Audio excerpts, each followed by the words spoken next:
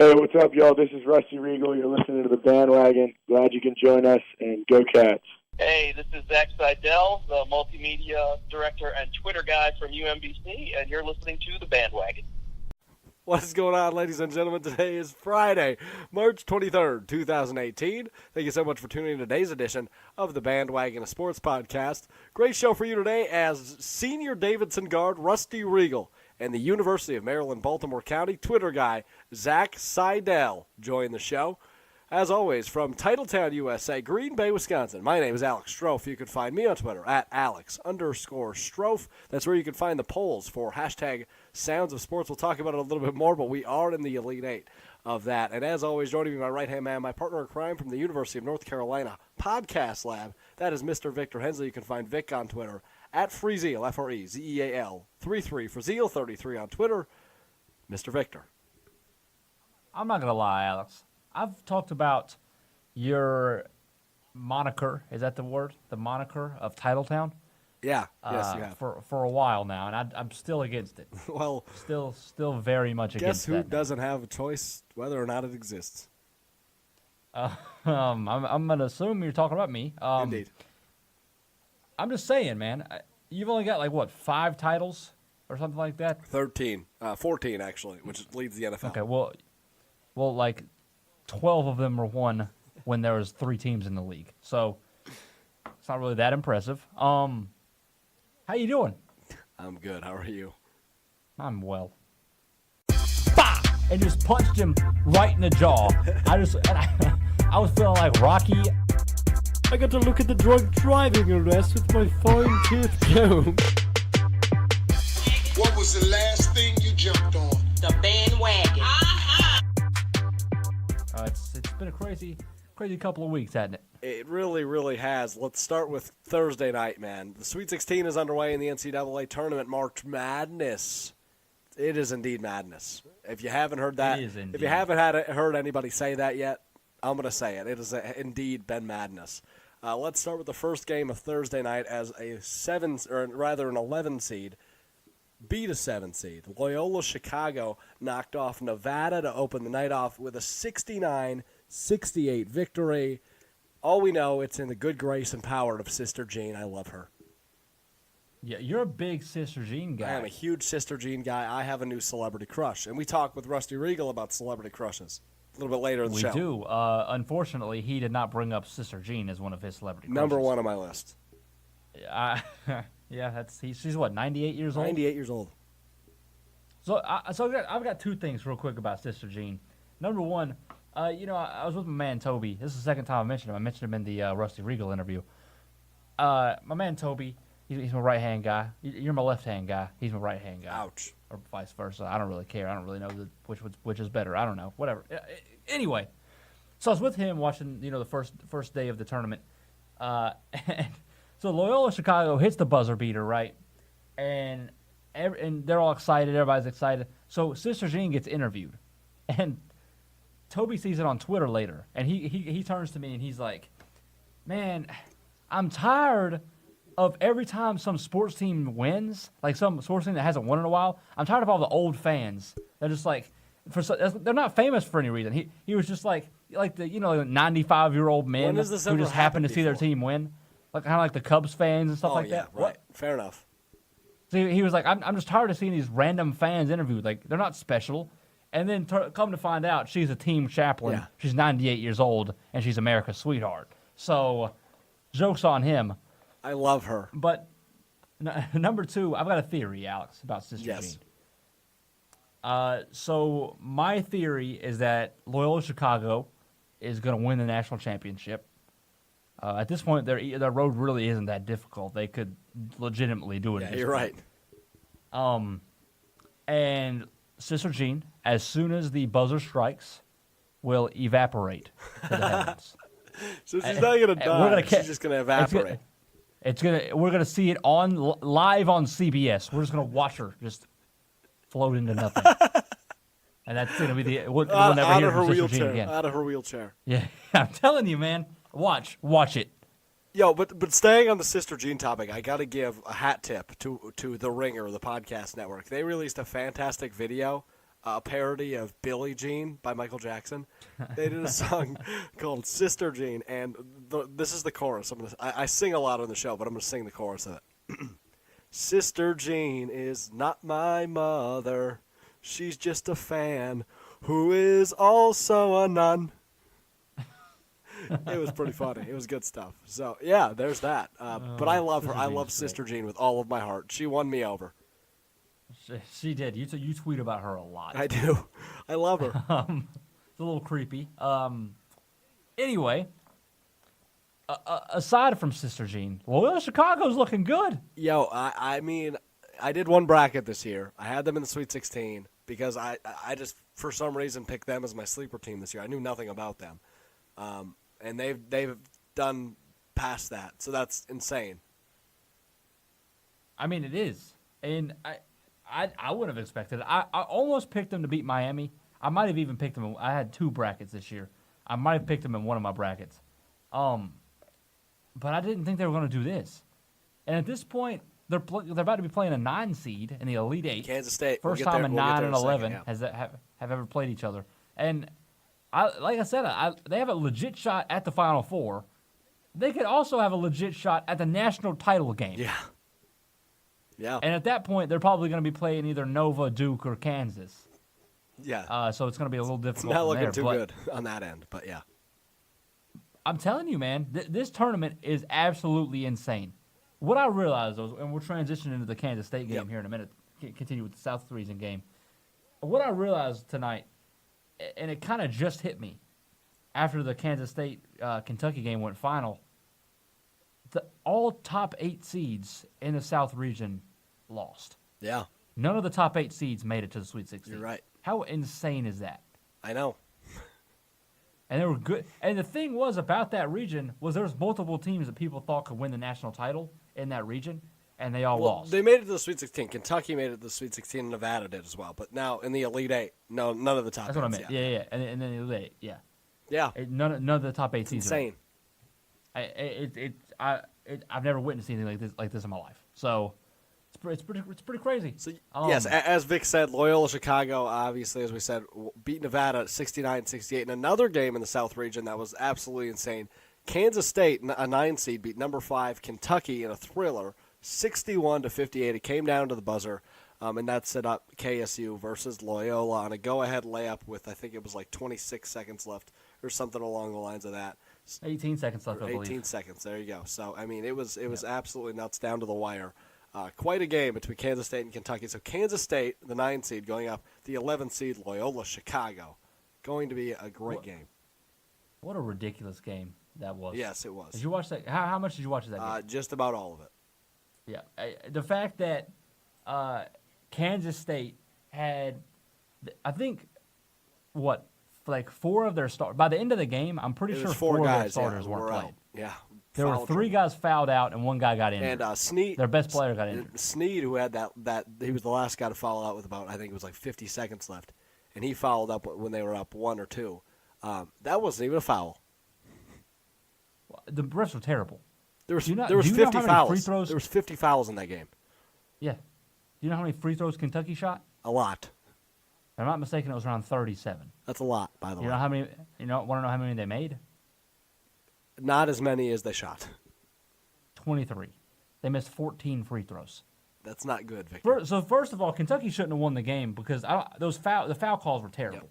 I mean, there's no possible way Kansas State had 3 or 4 guys foul out. Like, that's just not normal. Second of all, Kentucky easily should have won the game if they're shooting all those free throws. They missed 14 free throws. That's a lot of them. They only lost by 3. And there at the end of the game, Washington had so many times that he could have pretty much ended the game. He shot like the last 11 free throws for him or something like that. He just kept missing. Yeah, he them. missed a lot. So he did miss a lot of free throws. It was bad, but I was pulling for Kansas State. I'm glad they won. This is the year of the underdog, so I was really hoping. I kind of wanted Michigan to lose a little bit. I'm kind of salty about A&M, so I'm kind of glad they're out after what they did to my heels. Sorry, they got smacked, but that's beside the point. We're not going to talk about it. I had a question real quick. Yes, I'm listening. When you look at Syracuse Duke, which we'll talk about this probably in a minute. We'll preview the matchups for tonight. Syracuse, would you say Syracuse is like an underdog, Cinderella type team? Yeah, absolutely, because they had a play-in game. Well, let's get there in a second. Let's finish the games from last night. We'll get in the games tonight real quick. So as you mentioned, Michigan beat A&M, 3 seed versus 7 seed. The 3 seed prevails with a 99-72 W. Muhammad Ali is back, ladies and gentlemen. Mr. Abdur-Rahman for Michigan. He's very good at basketball and has a neat name. His name is Muhammad Ali Abdur-Rahman. He had 24.7 rebounds and 5 assists to lead the way for Michigan in their absolute slaughter of A&M. They will match up with Florida State as the 9 seed defeated the 4 seed Gonzaga 75-60. My final 4 pick Gonzaga is now out. I only have the right side of the bracket as I have two guys, or my final 4 picks are both live on that side, including my champion Kansas. Which is, they're not going to make it. Yeah, you're right. It's okay. You're right. It's Duke. It's a Duke year. I've been saying that since the beginning of the tournament. It's a Duke year. I don't know about that. With how crazy this tournament's been, I'm not going to count Syracuse Duke is so darn good. They are. Well, we'll get there. Let's get there now. Let's run in. Let's run. Well, no, hold on. No. I'm just going to go ahead and say real quick, Alex, I'm going to pick the Final Four right now. Kansas State's going and Florida State's going. 9 versus 9 matchup. That's what's going to happen. I hope. I don't think Michigan's very good. I do. They looked really good against A&M. Okay, that's what they. Okay, sorry, I apologize. They've looked good 1 of the 3 games they've played. Well, they beat UNC. Oh, no, they didn't. A&M beat UNC. No, they beat Houston at the buzzer, which they shouldn't have really won. They should not have won that game. And then Montana. That was the worst game of basketball I've ever watched. Was Montana versus Michigan in the round of 64. That was one of the games I missed in the round of 64. It was so terrible. It was close, wasn't it? It was a really close game. It was close. But the thing was, Montana. Any team in America could have beaten Montana by 40 that night, but Michigan just couldn't do it. They played that bad. Fair. So I don't see Michigan. I think with the way Florida State looked, and I think the way they've kind of looked the entire tournament. I mean, they upset Xavier in the round of 32. Defensively, they looked good. They looked really good. Yeah, I think they're good. They're a big time sleeper. So I think it's going to be K-State or Florida State in the national championship game. One of them will make it into the national championship game. Yeah. Gotcha. Yeah. Cool. And then tonight's games will be number 5 Clemson taking on number 1 Kansas, number 5 West Virginia taking on number 1 Villanova. The game we really need to talk about is number 11 Syracuse versus number 2 Duke. And then a game that should be okay is number 3 Texas Tech versus the Isaac Hostless number 2 Purdue. I think all of these games have potential to be upsets. I think all of these games have potential, a high potential. They're really good. I agree. I think Duke's going to blow out Syracuse at the end of the day. I think so too. Last time they played one another, Duke killed them by about 20-something. If I'm not mistaken. Syracuse just has a terrible offense. They're ranked almost last in the entire country in offense, in total offense. Yeah. You just can't win like that. Fair. Their defense is great, and I still don't know if they can contain some of Duke's weapons. I don't see it happening. It's going to be hard to contain Marvin Bagley. He's so good. He's a freak. So I think Duke's probably got that one locked up. West Virginia might come out and upset Nova. They look good, but so does Nova. So I don't know. And the thing is what I've kind of been saying is, especially with teams like West Virginia and Nova, they haven't played anybody yet.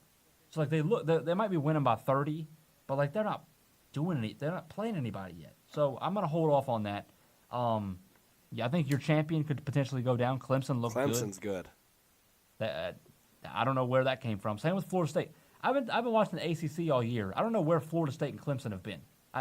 They have not looked Clemson's good. Been decent. This good. Clemson's been decent. They kind of fell off toward the end of the year, though. Florida State barely made the tournament. So I don't know how they're all of a sudden killing it. Yeah. But yeah, I don't know. I think Kansas has something to worry about. Kansas had close matchups the first 2 times around. They did. The first 2 rounds. They did. This does not look good. I'm scared. Yeah. I'm scared because that is my last hope to win any money with these brackets. Well, I'm gonna go. Clemson's gonna beat Kansas. Unfortunately, I think Villanova's gonna beat WVU. That'll be the game of the night. Duke's gonna beat Syracuse handily, and I think Texas Tech is gonna beat Purdue pretty well because Purdue's missing their best player. That doesn't help. I agree, but they look. I mean, what I can't remember his name that stepped in. The other 7'3" center that they have, other than Haas, they got stepped in behind his backup. I mean, he came in and killed it in the round of 32. I guess we'll see. I mean, it was no Haas, no problem. So, I mean, they almost lost. They played Butler and almost lost. But, I mean, Well, Texas Tech is a little bit better than Butler. Texas Tech almost took an L in the round of 64. I believe it was. What, Stephen F. Austin? Yep, that was a good game. Here's the thing. There's a couple of these teams, right, who every single year, like, they're always in the top 10 or around the top 10, but you don't really know why they're in the top 10 all year, and then they kind of, like, don't do anything. West Virginia is one of those teams who's just always around the top 10, but they don't ever really do anything. Texas Tech is always one of those teams. I feel like West Virginia has a chance to go further this year, but Texas Tech is just kind of like, eh. Like, I picked them to beat Purdue. I picked them to go to the Elite Eight. I don't know if it's going to happen, though. I could definitely see Purdue winning this game, although it obviously helps that, Purdue's missing their best player, so Texas Tech might get that dub. So let's talk about it real quick. Our Elite Eights. Yeah. You wanted to bring this up a little bit. So how's your Elite Eight looking as of now? It was looking okay when the round of 16 started. So my South region is obviously screwed. I had Arizona and Cincinnati meeting in the Elite Eight.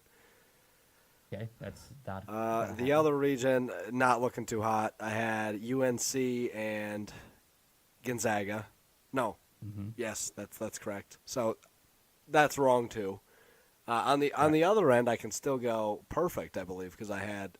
Oh no, I take that back. I had Michigan State and Kansas, and then I have Villanova and Texas Tech. So I could still get that one right. Okay. Yep. I had all four of the ones on the left side of the bracket wrong, as did you. I had Virginia and Tennessee, and then I had Gonzaga and Carolina. That didn't happen. Right. Then I had Michigan State and Kansas, and then I also had Villanova and Texas Tech. So I can only, just like you, I can only get 3 of 8 at this point. Yeah, not too hot. Pretty bad. I'm pretty sure my entire Final Four is no. Villanova's the only one out of my Final Four. It's not. I have Villanova and Kansas yet, so I'm still alive. Yeah, my national championship is also done. So I had UNC and Michigan State. So Yikes. yeah, I don't know why I thought Carolina could win it all. That was a dumb thing to think. Sorry, friend. Go Heels. To go along with a little bit of madness in basketball, go Heels, go Bucks. Yep. So actually, go Packers. I'm gonna mention it. I'm gonna bring this up here in a second. NFL free agency kicked off. It's been a lot of insanity as well. It seems like every big name free agent has just left. Like, does it seem like that with you? It seems like at this point, I cannot really even think of a single big name free agent that just re-signed with their team. Didn't happen. Like Julius Peppers Didn't did, happen. but I mean, is he a big name? I mean, everybody left. Every big name guy's left. So I want to ask you, what is your favorite free agent addition thus far? This is tough.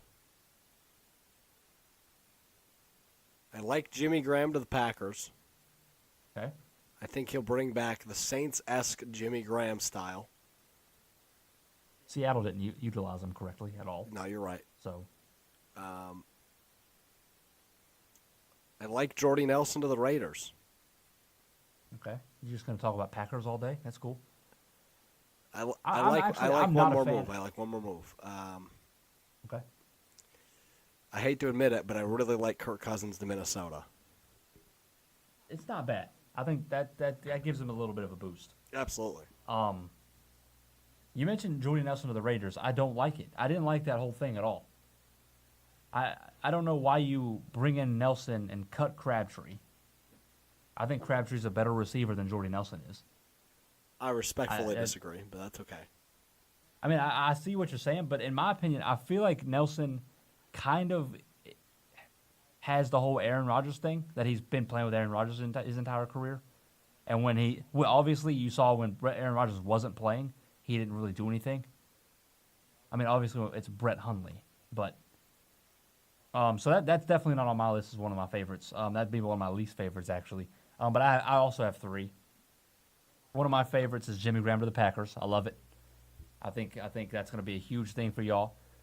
Who was your tight end last year?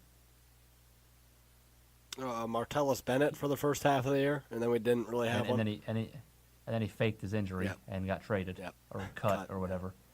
Yeah, I think that's going to be great. I think Jimmy Graham's actually going to be a nice Pro Bowl tight end next year. So congratulations to that. For that, I wanted the Ravens to get him. So congrats. Next, my two honorable mentions. That's my favorite. My two honorable mentions. Number one, it just happened yesterday, is LeGarrette Blount to the Detroit Lions. Good move. I'm actually a really big fan of that one. Because Detroit has, the passing attack. They've got Matthew Stafford, who can throw for 5,000 yards in a season. They got some decent receivers. And then you can add Blount in there. Because their running backs have always been decent. They've got, like, Amir Abdullah. But it's just like I'm a big LeGarrette Blount guy, though. So I'm happy for him and happy for the Lions. And then, actually, I got two more. Mike Wallace going to the Eagles. I think that's underrated. Sorry about that. It's okay. I kind of wanted him back in Baltimore, but it's fine. I think he's going to be big because they just got rid of Torrey Smith. So I think that's an upgrade in Mike Wallace. And then number 4, I guess, is, I had to say it. Michael Crabtree coming to Baltimore. He's going to feast. Flacco to Crabtree all day About time long. you have a relevant receiver, but he's old, so I don't know how much that'll help. He's not old. He's middle aged. Fair enough. He's good. You can admit Michael Crabtree's a great receiver. I wouldn't say great, but I'd say he's pretty solid. great. I've always loved Michael Crabtree. That's always been one of my guys. Good slot lineup. We had to beat him in the Super Bowl a couple years ago. But, it happened. So I'm excited to see where some of these other guys land. But at this point, there's not really too many big names left on the market. So it's been a crazy free agent. Dude, it's just been a crazy month. Honestly, March is just I insane. love sports. Sports are great. As a teaser for me later. I'll talk about it. I'll talk about it later in the show. Here we go. We'll talk about it. Well, let's move on to a little bit of an interview. So we had a little bit of Davidson senior guard, Rusty Reigel, played in his final game against Kentucky in the round of 64. He's a grinder, baby. He's a defensive stud. Rusty Reigel, who spent all 4 years at Davidson. He's a Charlotte, North Carolina native, so he's been in North Carolina basically his whole life. I didn't know where Davidson was until the day we interviewed him, by the way. It's near Charlotte. I found that out. But nonetheless, great interview, good guy, and he's a campus cutie, apparently. So let's jump into a whole lot. They like Steph Curry over at Davidson. There's a teaser. Let's toss it over to Rusty Reigel. We are joined now by Davidson Wildcats guard Rusty Reigel, who is coming off a phenomenal senior campaign, just ended last week in the NCAA tournament against another Wildcats, the Kentucky team that is now in the Sweet 16. So before we get into all that, joining us, Rusty Reigel. Rusty, thanks for joining us today on the bandwagon. Yeah, guys, thanks for having me on. So first off, let's talk about where it all ended for you and really where it all started as well. You're both your freshman year and senior year in the NCAA tournament. Can you just touch on the experience? I mean, being a kid in a smaller D1 program, get into the tournament 2 times in your career, and just talk about the experience as a whole out of the NCAA tournament. Yeah, I mean, overall that tournament has done so well, and to get back there this year was really special because freshman year I wasn't playing as much, and that team was awesome. But to get back and have a larger role, getting out there and experiencing what it's like to play against a team like Kentucky was something that I'll cherish forever and always remember. Freshman year we came in, that was our first year in the Atlantic 10, and we kind of came in and surprised people and smacked some teams around. And we had Tyler Kalinowski leading us, who won Player of the Year that year. And if you look across the 2 years, there's a lot of similarities. Peyton Aldridge this year just came out and absolutely killed it. The kid can play, and he led us all the way up into that A-10 tournament, and we were able to beat Rhode Island and then get back out to Idaho. Overall, I love both times. It was funny. We ended up way out west both years, and it's a long flight, but that's a really good time out there. And Seattle and Boise were both awesome places. So I loved every moment of both times being there. What's the mindset of, a small school, small team, a mid-major team, coming in there and, face off against one of the biggest programs in basketball history, Kentucky? How are you guys feeling before the game? We were feeling really, really good, and all of us coming off that tournament run, we felt like we were playing our best basketball of the year. One of Coach McKillop's things is just getting better as the season goes on, and everyone on the team really bought into that, accepted their roles, bought into the roles as well as they could, and really did what they were supposed to do. And that was how we ended up winning that A-10 tournament, which is what it took. Eventually, we realized that midway through the year we were going to have to win that conference tournament. And coming from a small school, that's kind of what the tradition at Davidson had been, because they were in the SoCon for so long. It was the regular season important, but you got to win that conference tourney. And we came out and we were able to do it. And then going into that Kentucky game, talking to guys, I didn't sense any sort of nervousness or any sort of fear from anyone, really. It felt like everybody was totally confident in what we could do. And to tell you the truth, in the first half there were a couple moments where I think guys were like, "Whoa, these dudes are big and athletic. Like, they're fast, they're explosive," and that can wear on you. But halftime came around, Johnny started hitting those threes, and then things just kind of kicked into a higher gear for us, and it felt good. But yeah, I mean, it can be, you hear people being intimidated by teams like that, but I didn't feel like we were this year. I felt like we were ready to battle them and knew what we had to give them. And that was one heck of a ball game, Rusty, to bring it up. And we caught both Victor and my eyes. Obviously, believe it or not, we haven't watched a ton of Davidson basketball over the last few years. But what caught our eye about you was you're not necessarily the biggest scorer every time or even the most flashy guy in the court. But I'd say a good word to describe you is gritty, or you're a grinder. So I got to know. We do this game called One Word here on the bandwagon. I just want one word to describe Rusty Reigel's game.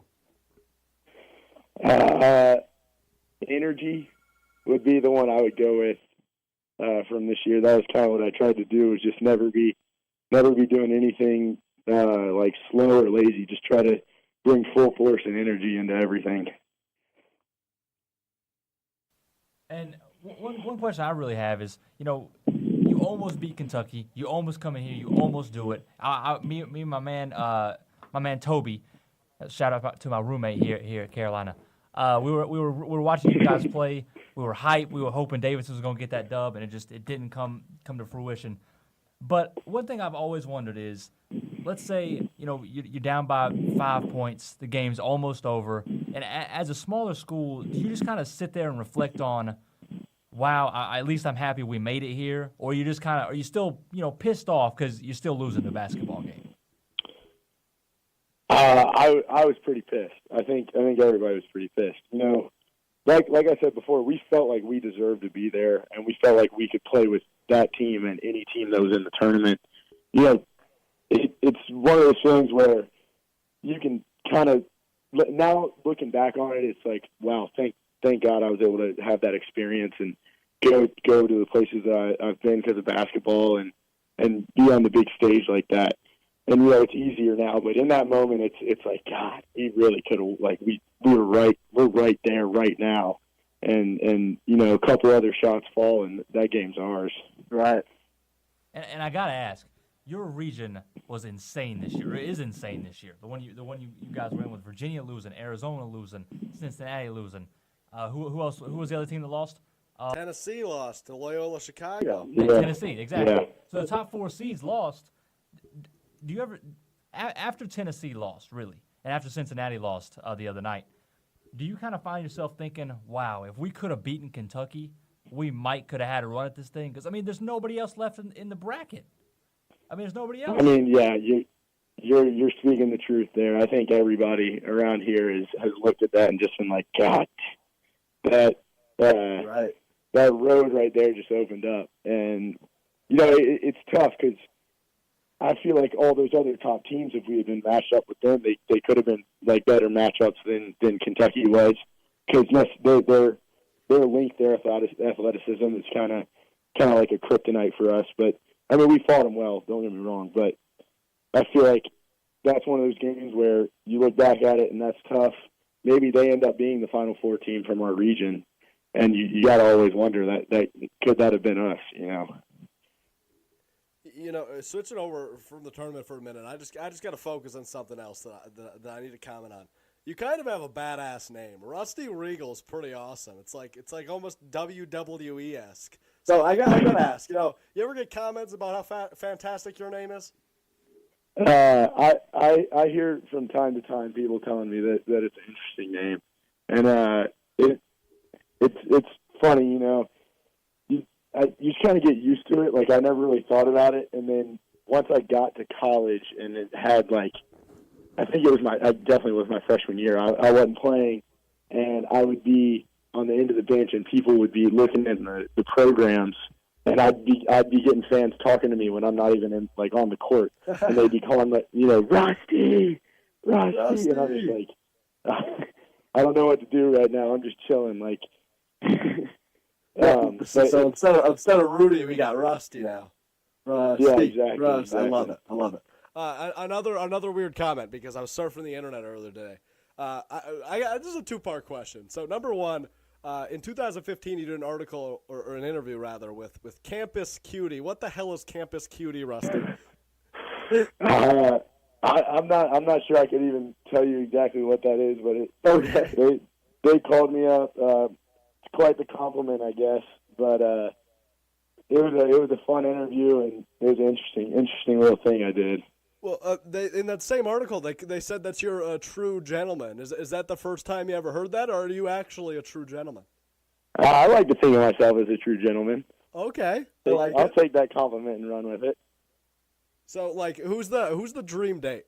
I mean, if it's anybody. I know this is a weird question. It's almost like I'm working for Campus Cutie, but I'm just curious. We need to know the taste in celebrities you have. Ooh, that's a tough question.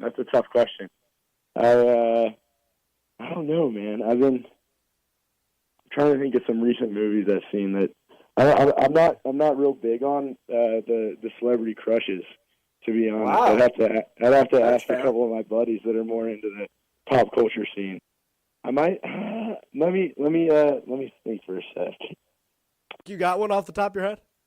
Top of my head, I'd probably have to go with Selena Gomez. Okay. See? Okay, I like that one. Yeah. From the Biebs That's to the a power Regs. play.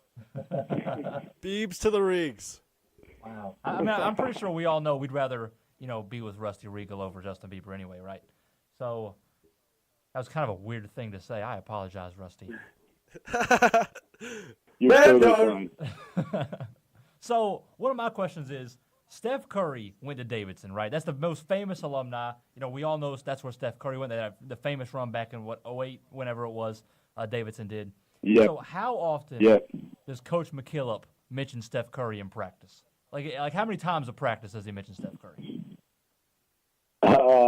To be honest with you, this is kind of funny. Me and Oscar Mickelson we've had probably 6 different occasions where he's been talking about him so much that we just decided to count it one practice.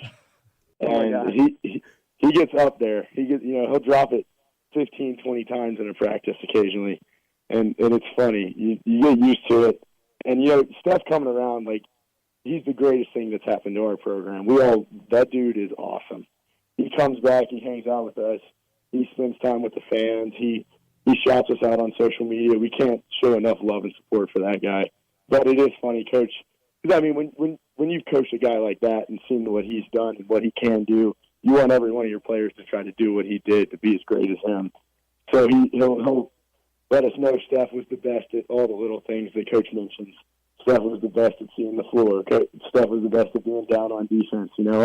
All you can think of. How have you ever gotten to play Steph Curry one-on-one when he came to a practice or anything like that? I've never played him one-on-one. I'm trying to think of it. A lot of the times when he's back, he'll be kind of rehabbing one of those ankle injuries, which is interesting. But I don't think it would be great for his. I don't know if it's against the rules in his contract, but no, the Warriors don't want to see Steph getting hurt playing one-on-one against Rusty Reigel. I do. Okay, Rusty, there's 2 things we love on this show. It's confident answers and starting rivalries. I just want to know, would you beat Steph Curry one-on-one if he decided to face you? I mean, I might have to just say I would beat him to try to talk him into playing me. So I think I could take him. There you go. We'll tweet it to him. We'll let him know. So anyway, Rusty, I got to know, did you fill out a bracket? Like, does a player fill out a bracket? I have not filled out a bracket in the past 4 years. I used to fill them out all the time, but I haven't done one. Okay, so even the years you're not in the tournament. No, the school sends out an email, like the AD does, letting all the athletes know they're not supposed to fill out or like put money on anything. So I've just kind of strayed away from that.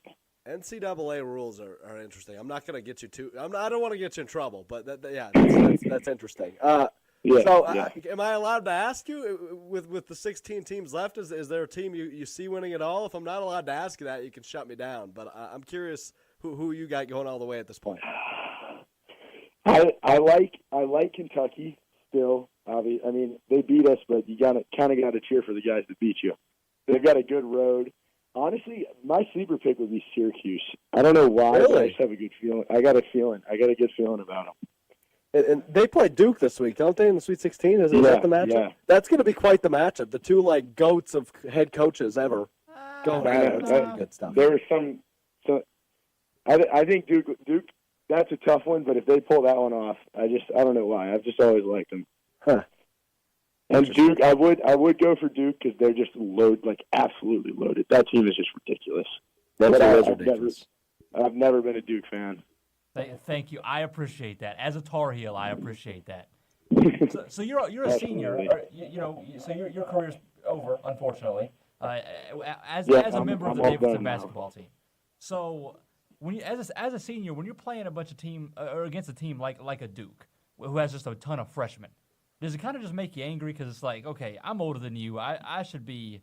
This is my game. This is my court. I'm more experienced. You ever get mad at a bunch of freshmen that are starting the game? I don't get too frustrated by it. Being the type of player that I am and my skill set, I've come to realize that there are limits to what I can do. And I've come to realize that there's certain guys who are just more gifted and have the ability to do things that are just awesome and insane and impressive. And seeing guys like, Marvin Bagley or Knox from Kentucky, they're just gifted, and it's really cool to be on the court with them at the same time. And like when I was in high school, I played in a showcase, and my team had Bam Adebayo and Brandon Ingram on it, and we played against Dennis Smith and one other dude that got drafted. And I was a junior, and they were freshmen, I think, and I was just like, holy crap, these dudes are going to be good. Yeah. And having seeing stuff like that, you just kind of.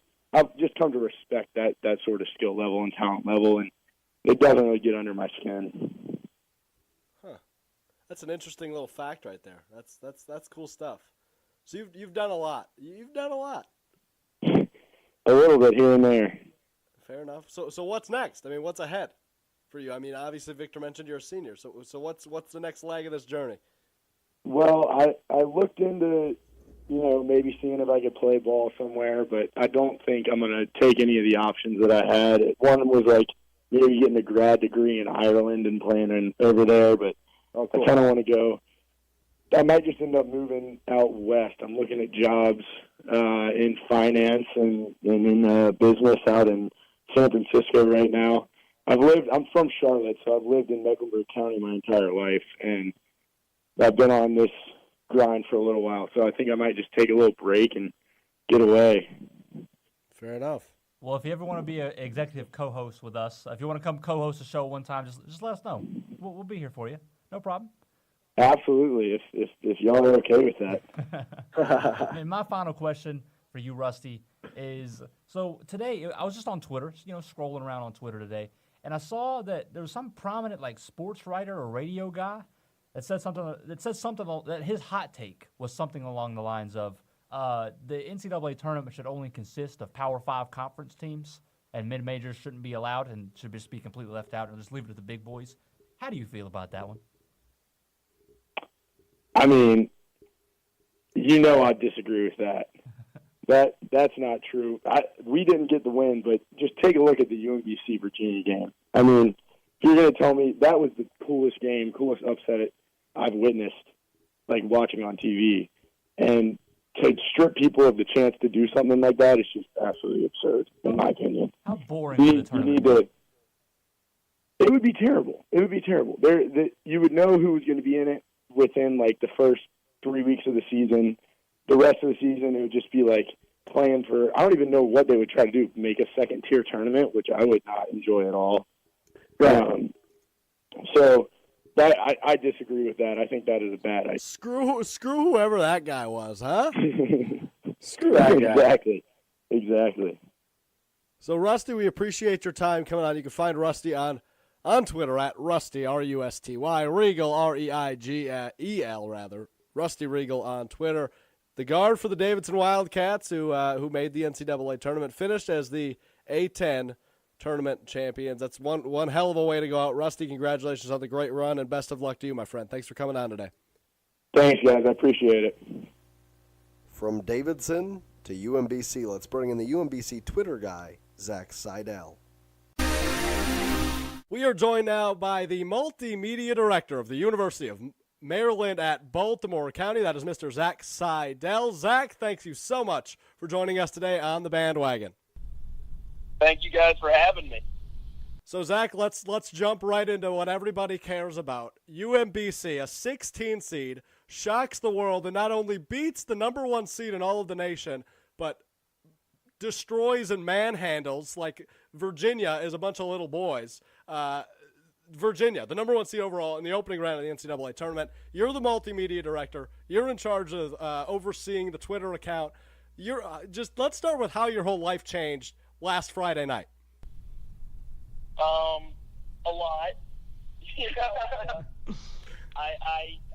I've been telling the story, of I can kind of go through that night later, but I just realized everything had changed when I'm in the locker room, doing my sports information duty. I was kind of like the secondary to my boss that day, and I was in the locker room, and all of a sudden I see someone talking with the video guy we brought along, Dustin Roddy, and he pointed at me, and he walked over to me, and he said, the guy said, "Hey, I'm from ESPN. Are you the guy who was running the NBC Twitter account?" I said, "Yeah." Oh boy. And he goes, "I got to talk to you." And I was like, "Okay," And he was like, "Your Twitter account was amazing." And then like another reporter came over and goes, "This the Twitter guy?" And they went, "Yeah." And then another guy walked over, and then eventually there were like 3 or 4 people just standing there interviewing me, and my phone is buzzing, and it's the first the New York Times, "Can you give me a call back?" And I'm like, "The New York Times," and that's when I kind of started to realize everything was going crazy. So, not only has your Twitter account gotten famous, but you kind of got famous as well. I mean, if you're doing interviews with the New York Times, and of course if you're doing an interview with the bandwagon, I mean, you obviously have hit celebrity status. Oh yeah, once you're in the bandwagon, you've made it. Oh, that's what all of our guests say. Yeah, this is pretty much like the pinnacle. You can't get better than this. So, I'm just gonna retire after this. You might as well. I mean, why not? So, so how many Twitter followers did you have before the game against Virginia? It was, I don't remember an exact number. I know it was over 5,000. I keep telling people it was around 5,000, 5,500, somewhere in that area. Wow. And by the end of the game, we were at around 46. And then by the end of the game on Sunday, we were at 110.9. Oh, my gosh. Okay, so I checked right before we began talking to you, and it was like 105.5, I believe. So what do you have to say to those 5,000 that decided to unfollow you? I mean, you're lost, man. You don't want to hear about our softball, baseball, lacrosse teams, and track and field? Fine, you won't know about it, that comes to be expected. A lot of people are just following for the in-game stuff, and there's no games being played right now. So I get it, but we're not. I don't think we're going to lose 101,000 more followers to drop us back where we were before. So either way, at one point we had almost 111,000 people following us and familiar with UMBC, so it's great for the institution. So Zach, we got to jump right into the meat of this thing. I mean, you obviously were just normal responsibility tweeting. what clicked in your head, or what started it where you started coming out with these sarcastic, hilarious, and what some would call savage remarks and responses to some of the people that were tweeting you? Honestly, and I've told people this. That's how I normally tweet during games. It's just, this was a little bit of a bigger stage, and more people noticed this time. But it kind of started with the Seth Davis thing, and Seth is one of the best college basketball writers we've ever had, and he was very nice about it. He talked to me, and he was gracious enough to let me write a piece in The Athletic about my experience. And so there's a first-person piece. It's unlocked for you guys to read, but they want me to tell you guys to subscribe if you can. It's one of those things where I saw 41 wins from my sophomore year through 4 years after I graduated. So I started at UMBC when I was a senior in high school. That was 07-08. The men's team won 24 games and made the NCAA tournament, and I went. In my freshman year of college there, they went 15-16 and made the conference championship game. Then after that, they won 41 games over the next 7 years total. So, Wow. Yeah. So then we got Ryan Odom, and over the past 2 years, we've won 48 games. So, it's one of those things where I saw so many losses and so much, and I'm very passionate about the place, that it's one of those things where I was like, yes, we made it. We're going to get some respect. And then Seth Davis says, Virginia Sharpie, write a tip. And that kind of set me off. And I was just like, you know what? Let's have some fun with this. So I love it. I think one thing that I've always talked about with Seth Davis is I like him, but I don't like him at the same time. Is that kind of how you feel? There's just some things he says that just gets under your skin. I think that's part of his, of what makes him, so polarizing, obviously, but it's part of what makes him him. He's going to say what he thinks, and, he's the son of, I believe, a lobbyist, so, that's what it's going to be. He says what he thinks, and he's not afraid to say it, and, that'll rub people the wrong way. Normally, I follow him myself, which is how I saw him. But it's one of those things where he's going to say something, and sometimes, if I was Virginia, if I was a Virginia fan and he said Virginia Sharpie right at the tip, I probably wouldn't even have batted an eye, But if he had said Virginia Sharpie right at the start of the game and they were playing another school, I wouldn't have batted an eye. But it just happened to be my school that time, and it got me the wrong way. How do you feel about the game against Kansas State? Be honest. I think we were all watching that game. We all wanted UMBC to take it home. We're all pulling for that's America's team all of a sudden, and they just come out and offensively they just couldn't get it done. So how did you feel watching that game? It's the same way the players feel. I think it's one of those things where they feel they could have won. The chances were there. They were getting good looks on offense, but they left it all on the floor against Virginia. I mean, you could tell towards the end of the Virginia game they were starting to get tired of it too, and all the shots they hit against Virginia, they just weren't hitting against Kansas State, and Kansas State was just trying to play a slow down game, and our guys like to run, and it was a combination of that and being tired, and everyone's rooting for you, but in the end, you're a 16 seed that beats the number one team in the country by 20 points, and then you play in the second round against Kansas State, another Power 5 team, on 2 days rest, and you're basically running on fumes, and you have a chance to win the game and lose by single digits. And I think it was only a 1-point game with a minute and a half left, so it's a good look for the school. I mean, if you're going to lose, I guess that's the way to do it, rather than getting blown out in the second round. Our guys fought hard, and they have great chemistry, and you could tell, even though the shots weren't falling, they were getting good looks. They were still diving for every ball, and it's obviously a frustrating thing to think about, what could be, but just what they accomplished and that they were able to hang so close is such a great thing. So, Zach, obviously a lot of things were tweeted, from tip-off against Virginia to buzzer against Kansas State. Do you have a favorite or a couple of favorites that you tweeted? I mean, a couple of them that stick out to me was the final one after the game against Kansas State, the one that said, Kansas State wins whatever it was, 50-43. They may have won the game, but we hope to have won your hearts. Is there a favorite tweet that you had? Probably the one I bring up the most in these is the one at halftime of the Virginia game where it was 21-21, and I said, second half about to start, UMBC at number 1, Virginia tied at 21, but no matter what happens in this half, we just want you all to remember. And I did a couple dots, ellipses, and I went, we're conveniently located right outside of Baltimore and have great academics. My thought of that was, hey, we're tied right now.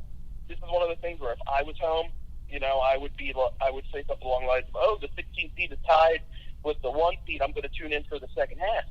And I knew that a lot of people would be checking in, so I was like, no matter what happens here, let's just try and get something out to the school so people at least will know what it is if this thing goes haywire anytime.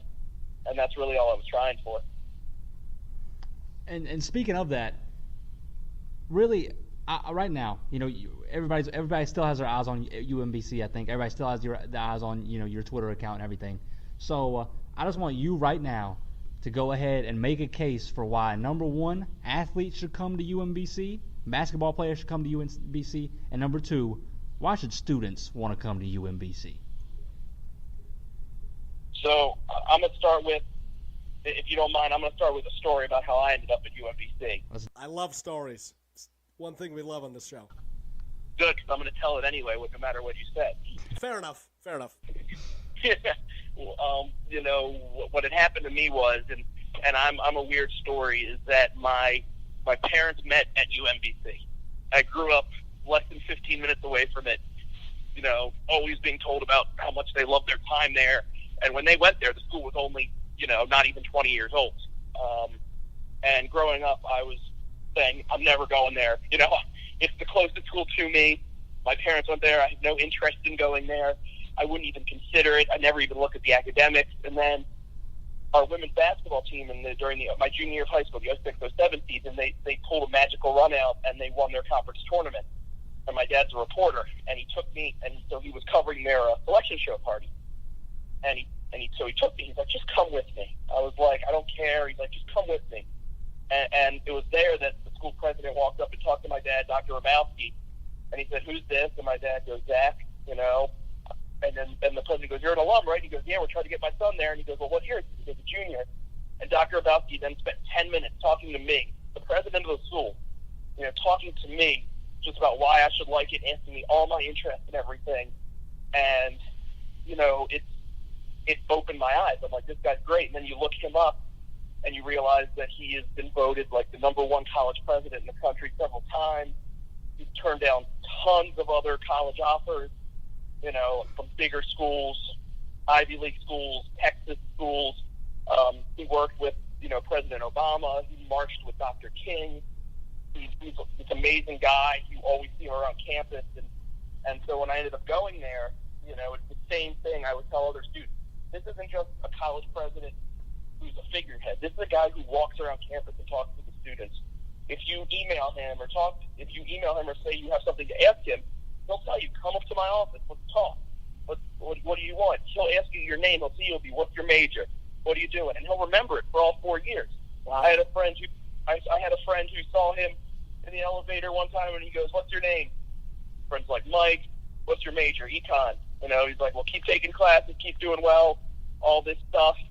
And then my friend didn't see him for a couple of years. 4 years later, president walks by, says they're about to be, hey, Mike, how's that econ degree going? You should be finishing up, right? And you're like, wow. Yeah.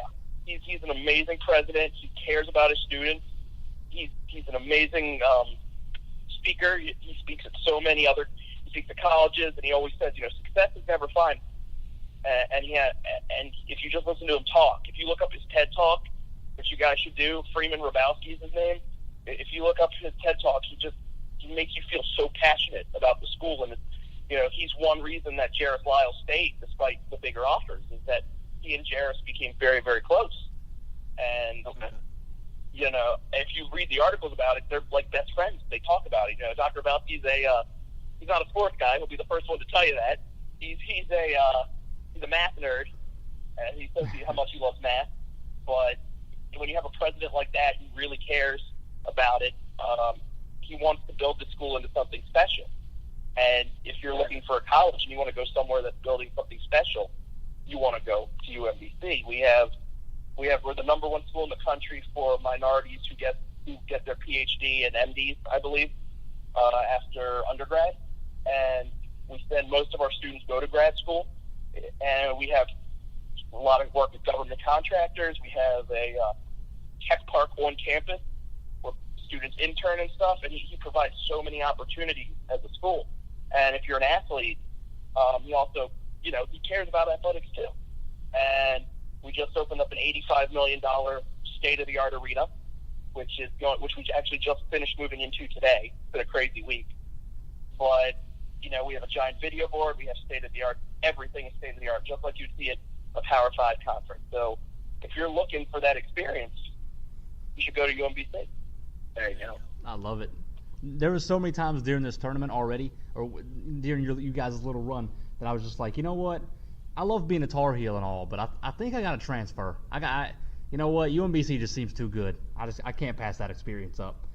So we have a Chick-fil-A right on campus. See, we actually have one too. You got to do more than that, Zach. No, not as cool as ours. Ours has a Starbucks in it too. Oh wow. Uh-oh. Now we're getting somewhere. So you mentioned you guys' new big time $85 million arena. So if I'm not mistaken, it doesn't have a corporate sponsor, right? Correct. It's right now just the UMBC Event Center. So you know what? I gotta make a little suggestion, Zach. Is there any chance we can work out a deal, strike a deal somehow, and we can get it named like something like the Bandwagon Boomin' Dome or something like that? The Bandwagon Boomin' Dome sounds great. Do you have 7 or 8 figures to give us for it? Well, we'll do it. But you know what? If I go buy a lot of games of Monopoly, I could probably scrounge that up for you. That counts, right? Yeah, it counts. Maybe we could have a Bandwagon Boomin' game, maybe. I don't know. But that's not my area. The marketing and the corporate advancement stuff's not my area. But I know that it's gotten busier with those things right now. A lot of people see UMBC as a hot community right now. I'll have my people call your people. Yeah, my people. Yeah, your people call my people. We'll be in touch. We'll see what happens. You just send the limo. We'll be good. Love it.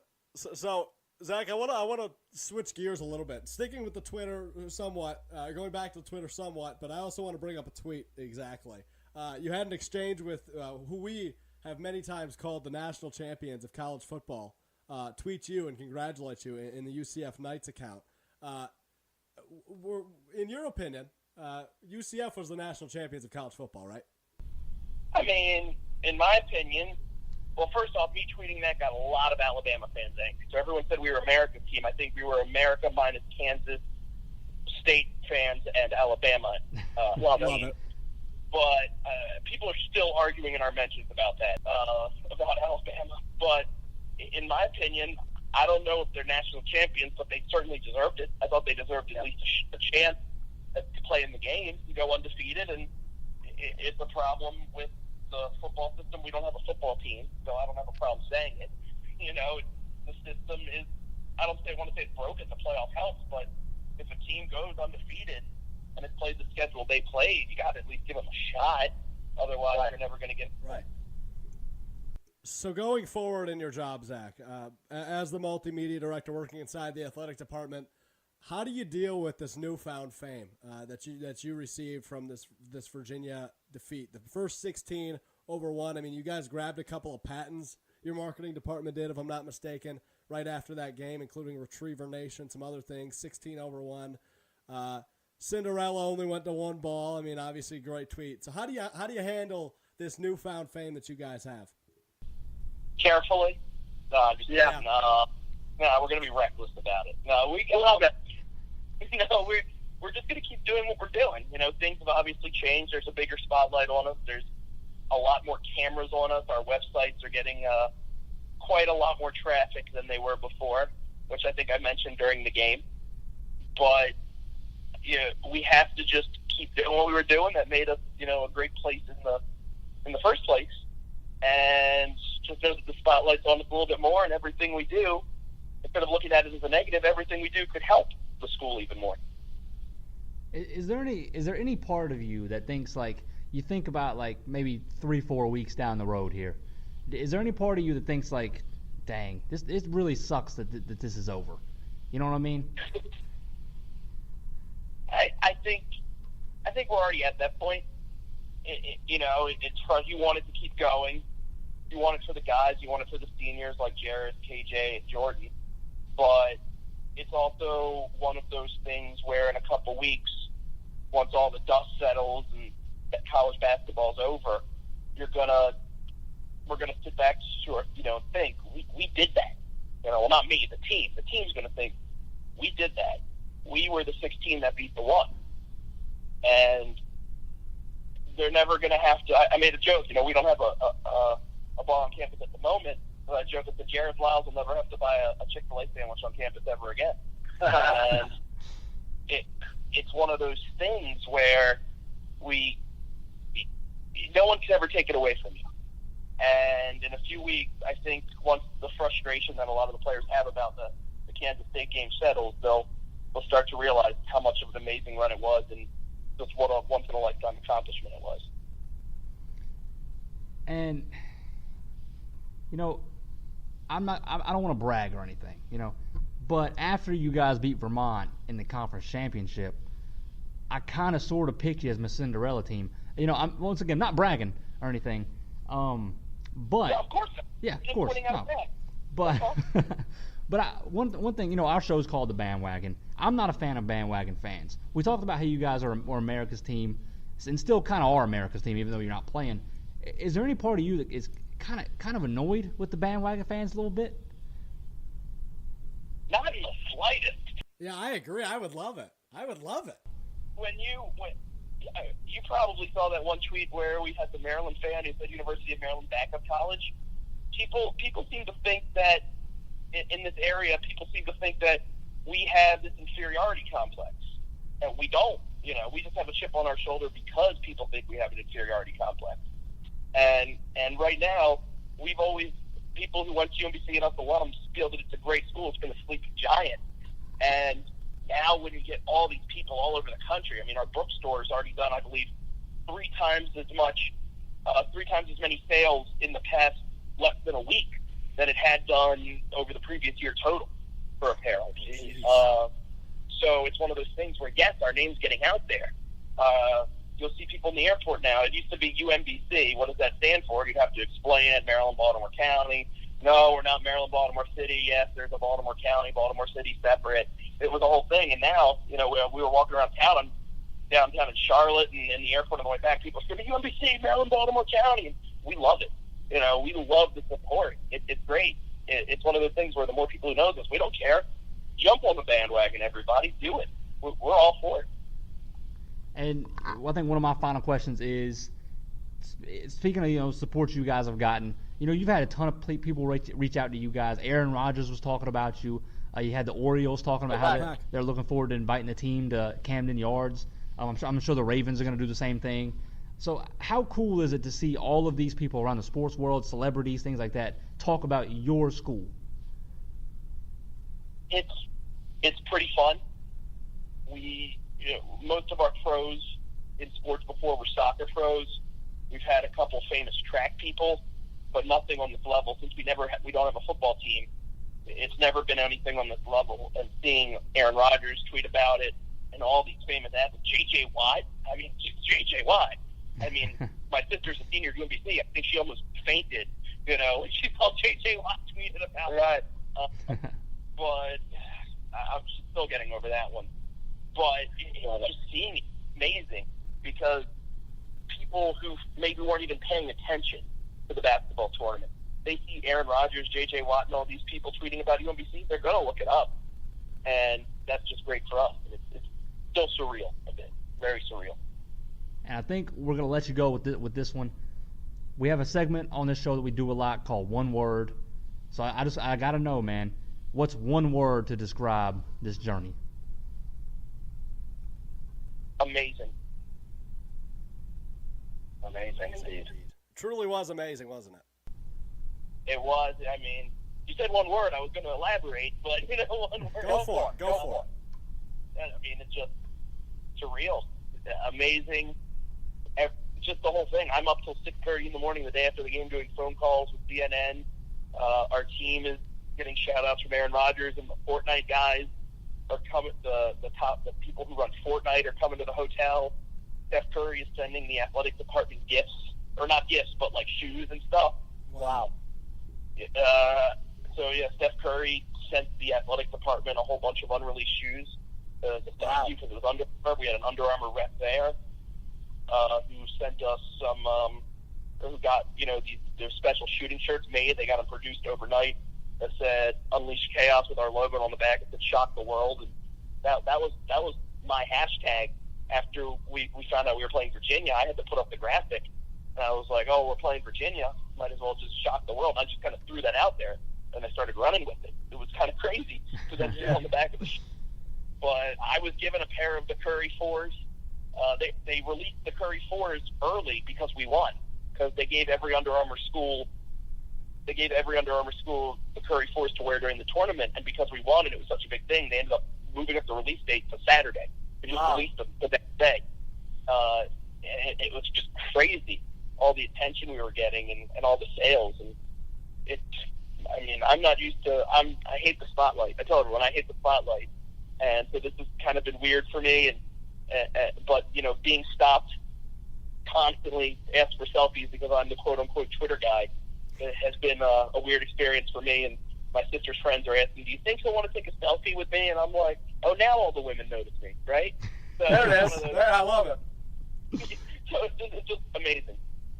Absolutely love it. Well, Zach, enjoy the spotlight, even though you're not the greatest fan, but you have to enjoy this one a little bit. This is some pretty awesome stuff. Thanks so much for taking some time to do this with us. We really enjoy it. We enjoy the account. We'll be around longer than some of the phonies out there. We're staying on this bandwagon, Zach. Thanks again. I don't plan on you ever following, because I will call you out the minute you do. If I get a shout out from the UMBC athletics account, it's almost worth getting a called out. No, I'm just kidding. I'm not leaving. At this point, I feel like we got to have follow backs, Zach. I just got to throw it out there. We got to get follow backs. Do you follow our account? Do you know how many notifications we got? I don't even know who follows us right now. The thing, we're special. We're friends, Zach. We have a connection now. So we're friends. I'm expecting a follow back as soon as this interview ends. I want you to scroll through the 1,005 followers or 105,000 followers and find us. Yeah.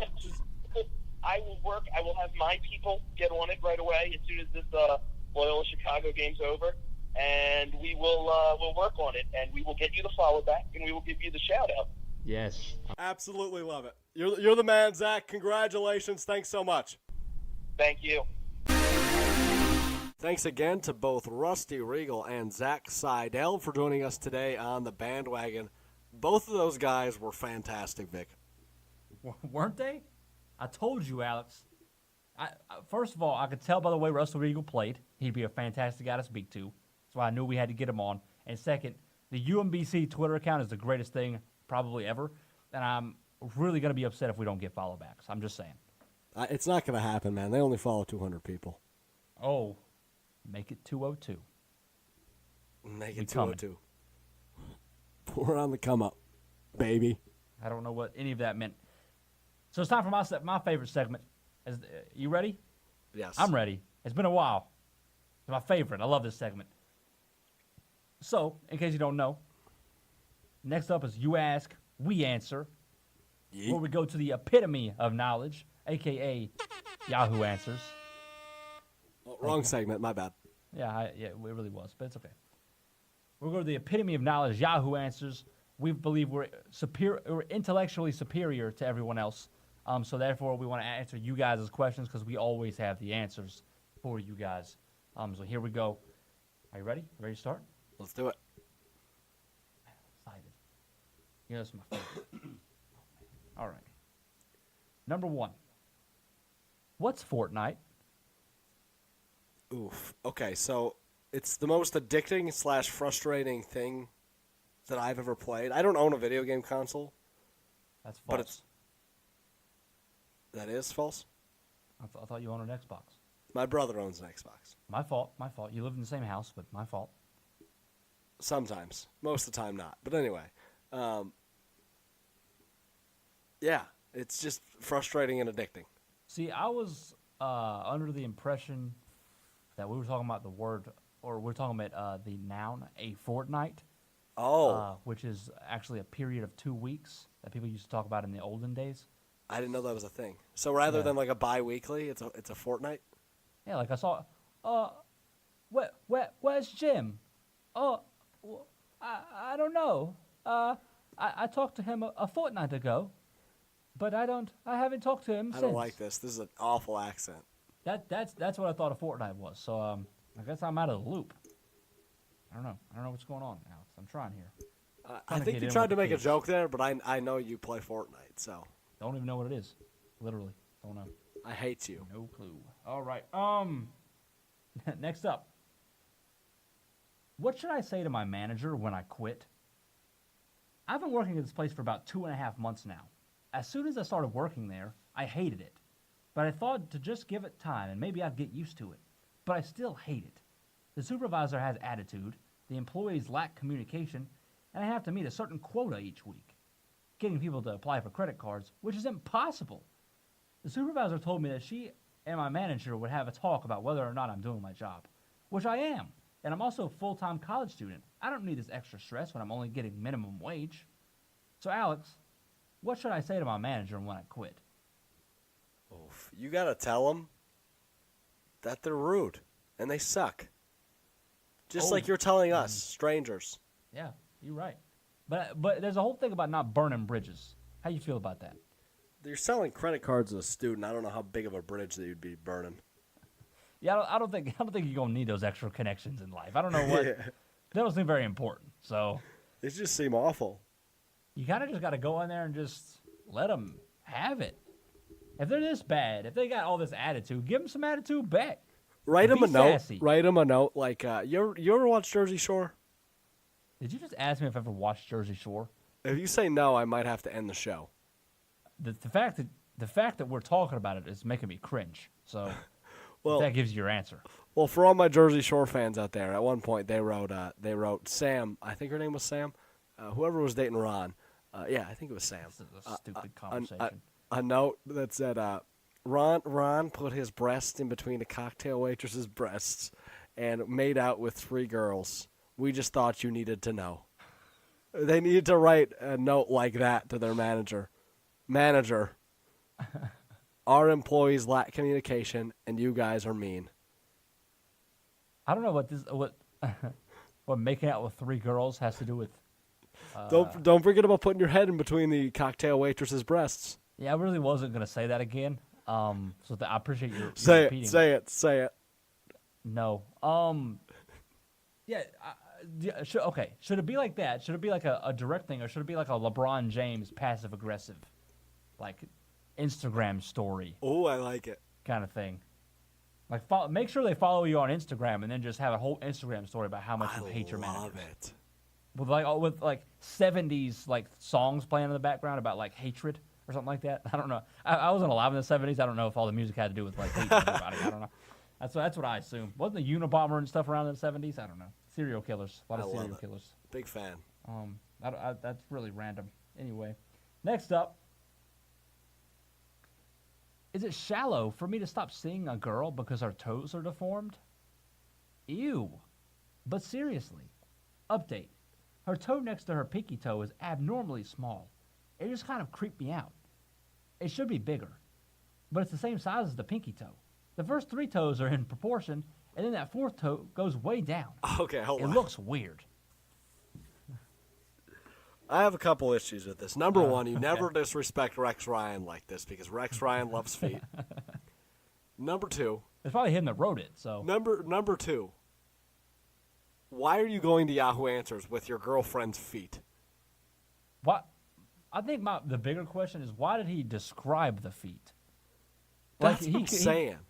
I don't know why he had to put all the details in there like that. Like, he told her the proportion of her 3 toes to other 2 toes. Like, I don't care, man. And to answer your question, yeah, it's a little shallow. You can't be dumb with people because of their feet. God. That's awful. That's terrible. Shame on Yeah. you, sir. Or ma'am.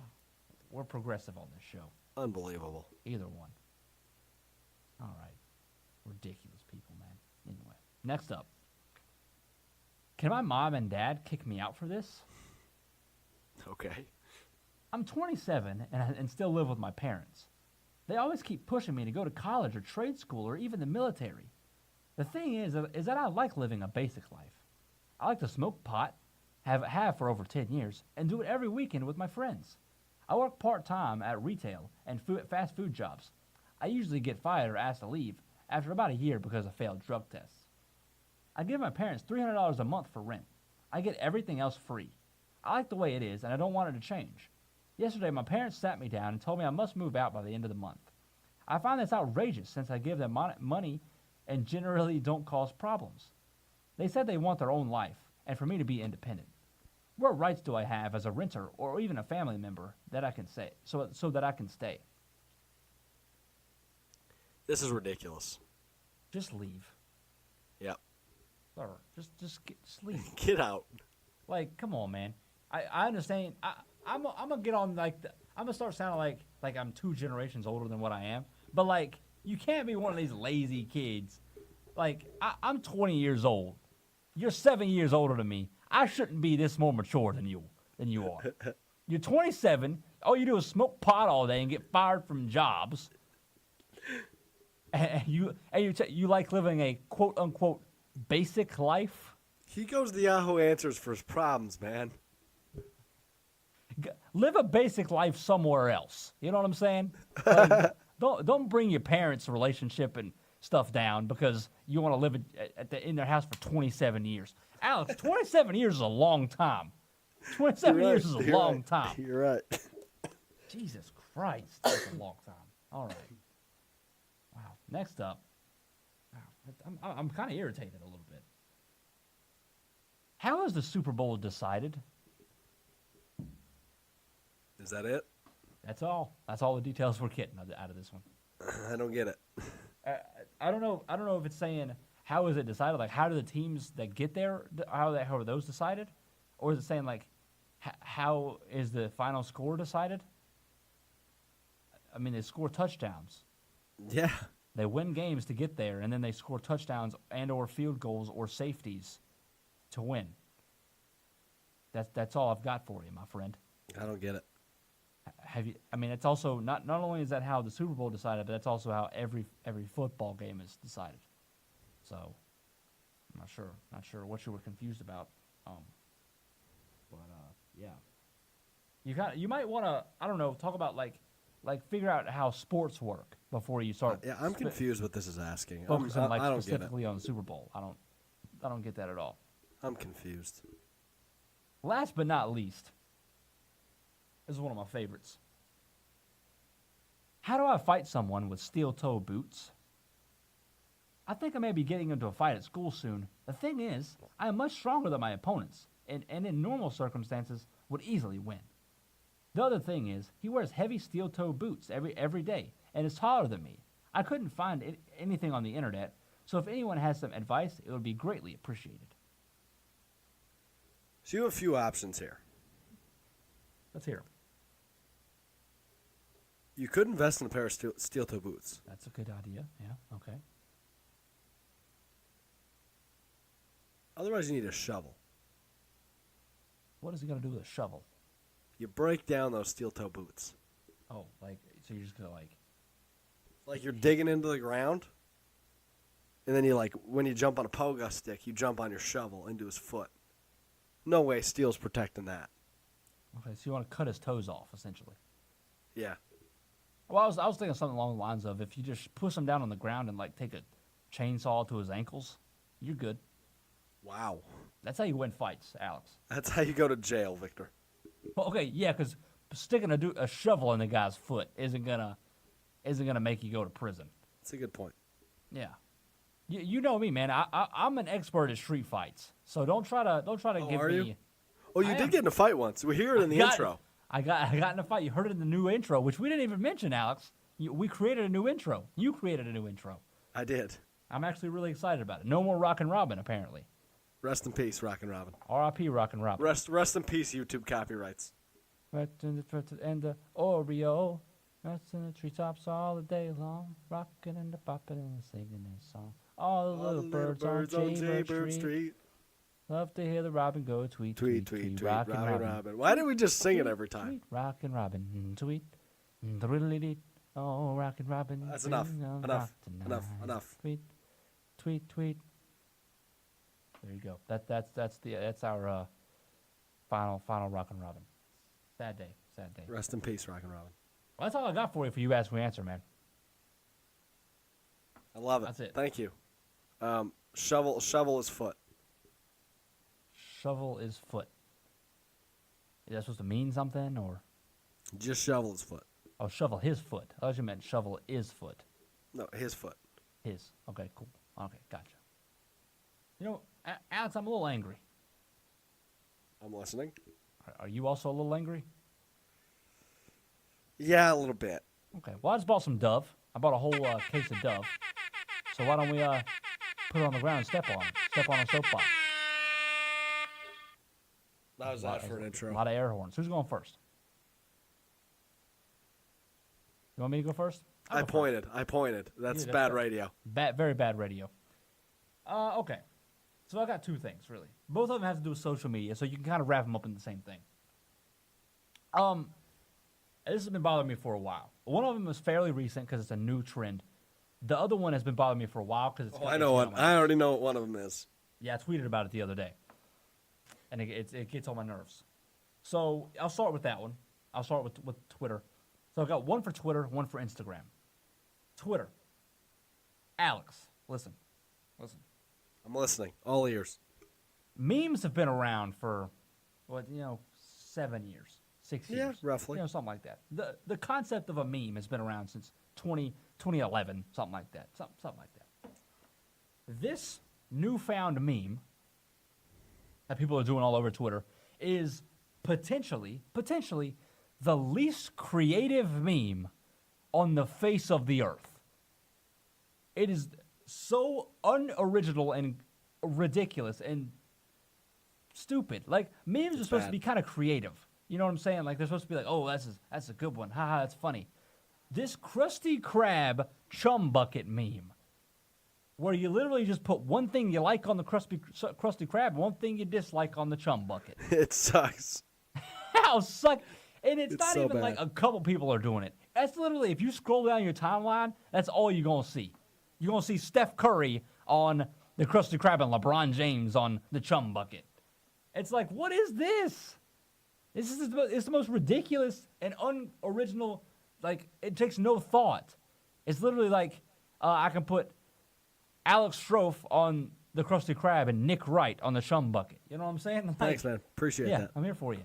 It's just say it's like you could literally just pop out a million of them out of your head. It's just like, I like this, I dislike this, I like that, I dislike that. Like, it's stupid, it's dumb, and it needs to stop. Slowly in the last couple of days, I've started to see people like ramp up the social movement has ramped up a little bit of it needs to stop. I think that the mob is starting to grow a little bit, and people are starting to stand behind me a little bit. So hopefully this is not going to last very long because I can't take it. It's so annoying. Second, my Instagram pet peeve. This has been going on for a little while now. No offense to the ladies, but more often than not, it's ladies that do this. It's women that do this, like teenage girls, really. Why, Alex, when it's someone's birthday, do people go to their Instagram stories? Yep. And they'll post like 8 different pictures. So you have to click 8 times to get through One it. for each word. Yes, it'll be happy, next picture. 21st, next picture. Birthday, next picture. 2, next picture. My, next picture. BFF, next picture. Love, next picture. You, next picture. Heart. It's so annoying. Somebody did it. As I was scrolling through Instagram before the show, and somebody did it. And it's just like, why are you doing that? Like, just put it in one picture. Like, why can't you just say, happy birthday to my girl, heart? Like, in one picture. It's so much more coherent. It makes so much more sense. Make a collage. Just make a collage with a caption under it that says, "Happy birthday to my girl. Love you, Samantha." Like, that's all you got to do. It's not... Instagram has a collage feature. You just click it and then click the pictures you want. You used to have to download an app, you know what I'm saying, to make a collage. It's right there for you. Are you that lazy? Actually, you're not even that lazy because it takes more work to put individual pictures. And Alex, and they don't... I'm sorry I'm getting heated. You are getting rather heated. They don't type out the words. It's always in, like, words that they, like, drew on the picture and, like, in, like, a neon font. And says, in cursive. Yep. Why? I just want one person to look at me in the eye and say, "This is why I do this. This makes more sense." Is it more meaningful? Is it, Debbie? Is it more meaningful if you put 8 pictures rather than 1?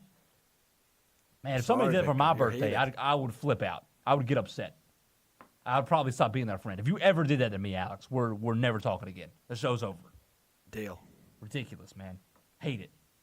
Okay, my blood pressure's going up. So I need it's about to go up even more. Whew, is it?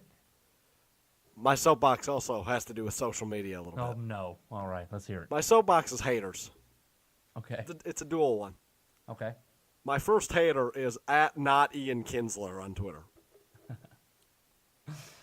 @NotIanKinsler tweeted, and I quote, on Thursday night.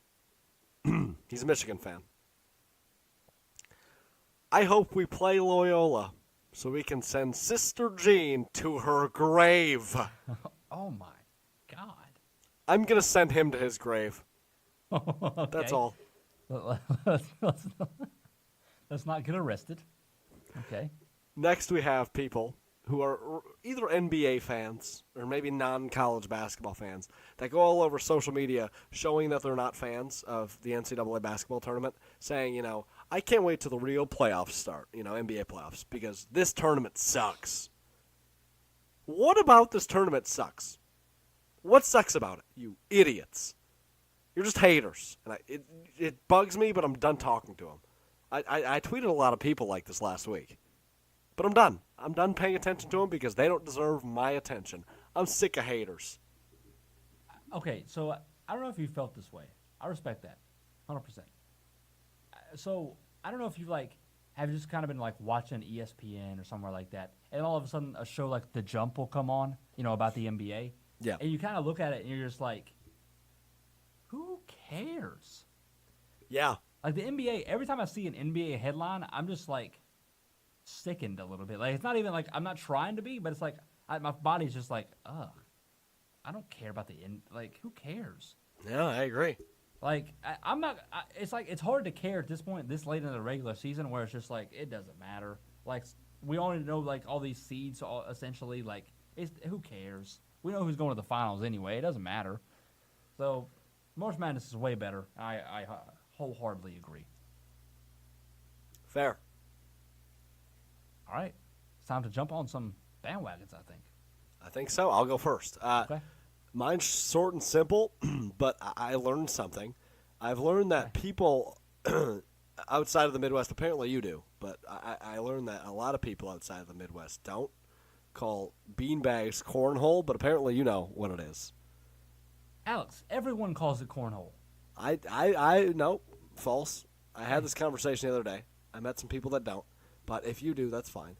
But nonetheless, I'm jumping on the bandwagon of cornhole. It's a fun game. I got to play it with my mom, my stepdad, and my girlfriend Wednesday night in my basement. Great time. I went 7-0. I love it. So you're good at it. Apparently. It's the one thing you're good at. Okay. I'm good at ping pong though too. I don't believe that, actually, at all. Bring it, buddy. I don't think you have very good reflexes. I'm good at ping pong. I promise. To me, I'm sorry. No, it's not to bring offense to you. You just don't seem like somebody with good reflexes. I don't want to talk to you anymore. I love you and everything, man. But I've never met you in person, so I've never gotten to throw a tennis ball at your head. But I feel like if I did, you wouldn't. I'm good at tennis too. I'm also good at tennis. That. I just don't. I'm serious. I'm serious. Okay. Well, one day we'll learn. We'll figure it out. I'll play in ping pong and tennis. How's that? I'll beat you in both. You Guaranteed. will probably get crushed in either, even though I'm terrible at both of them. So you're probably worse than me. No offense. All right. Speaking of ping pong, speaking of tennis, speaking of the NCAA and March Madness, speaking of NFL and free agency, speaking of the NBA, speaking of all of it. Oh, boy. Alex, I'm jumping on the bandwagon of sports. Here we go. They're great, aren't they? Is that it? Is that it? Is that all of it? That's it. That's the whole bandwagon. No, this last couple weeks have taught me how great sports are. Excuse me. Sports are fantastic. Like, right now, just think about it, Alex. We have this crazy tournament going on. All these upsets in college basketball. Women's college basketball is crazy. Men's college basketball is crazy. It's intense. It's fun. It's exciting. All the games are close, except for the UConn women because they blow out everybody. They blow out everybody, yes. It's insane. Everything's hype. It's crazy. It's close. Intense. All that stuff. All those cool adjectives. It's awesome. It's great. Yeah, go. Dope. NFL, Yeah. you've got all these big names leaving all these teams. Who's going to go where? I don't know. All these quarterbacks are leaving. Kirk Cousins and all them. Sam Bradford got $20 million. How? I don't know. But he got it. It's crazy. NFL's crazy. Even though the season's not even around, the season won't even start till what, September? It's March, and it's still crazy. It's fun. It's crazy. Alex, it's crazy. All right? That's just the NFL and college basketball. Then you got the NBA. LeBron James is dunking on people. He's dropping 35 and 17. Assists, that is. Dwight Howard's dropping 30 rebounds and 32 points or whatever. It's crazy, Alex. The Blazers are doing well. The Blazers are 3 seed in the West. How crazy is that? The Spurs might not even make the playoffs. What? How crazy is that? That doesn't happen. Talking about how he learned what a franchise is. Is he saying that the Los Angeles Clippers weren't really a franchise and they're dysfunctional? I don't know, man. The Rockets are looking good. I don't know. The Raptors might go to the finals. Who thought? I didn't think that. Wow. How insane is this? It's insane. That's what it is. It's crazy. So that's the NBA, NFL, and college basketball. Okay, but we got more. Baseball is about to come up. 6 days, Alex. 6 days till opening day. 6. Only 6. That's less than a week. That's crazy. So baseball's about to come up here in just a second. Probably something cool's happening in soccer. I don't know. The Masters are coming up as well. Biggest tournament. Hello, friends. I'm Jen Nance. All that good stuff. Welcome to the Augusta. How's that?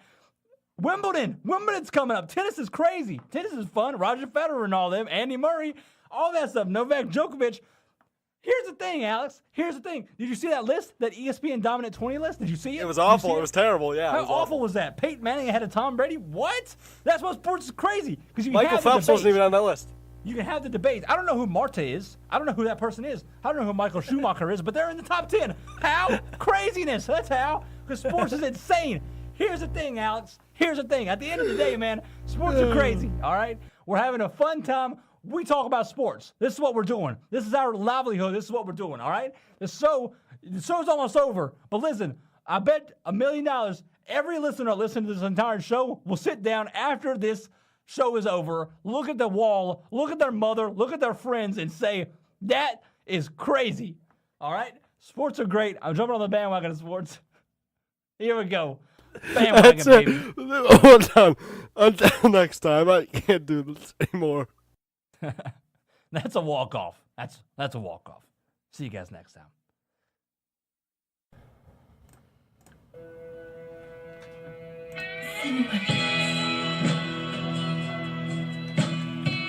What up, Miss C? It's your boy V Hen.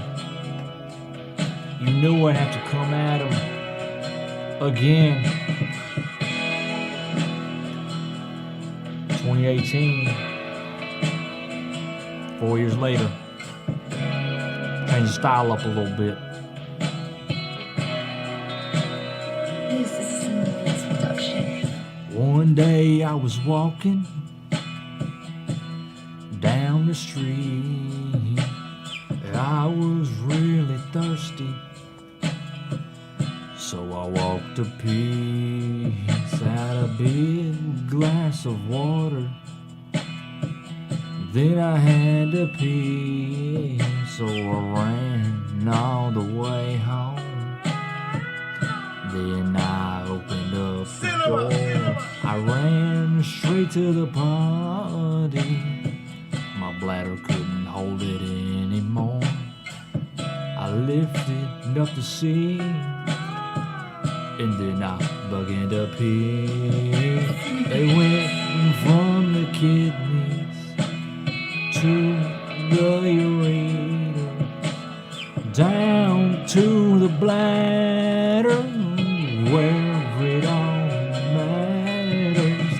Then through the urethra, where I'll have to release you out the urinary meters.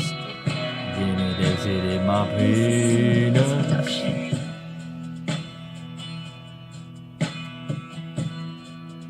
Then it exited my penis.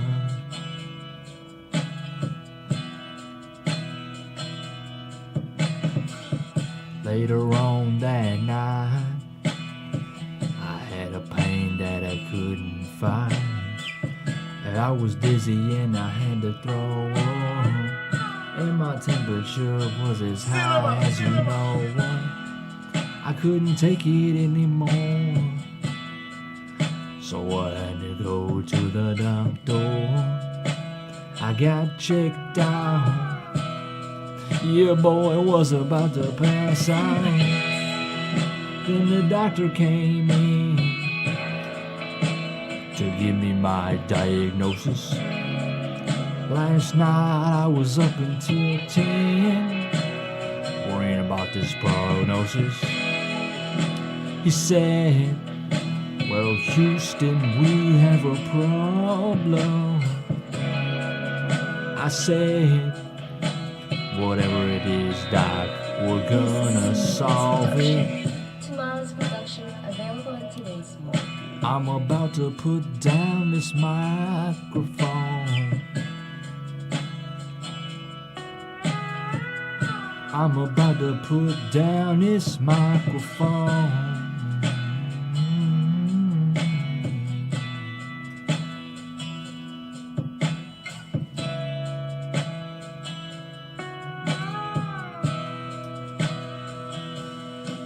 It was a kidney stone.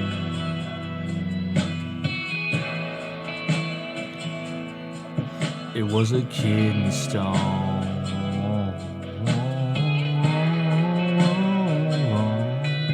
It was a kidney stone.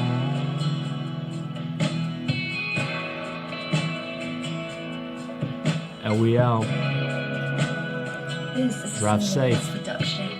Thank y'all. It was a kidney.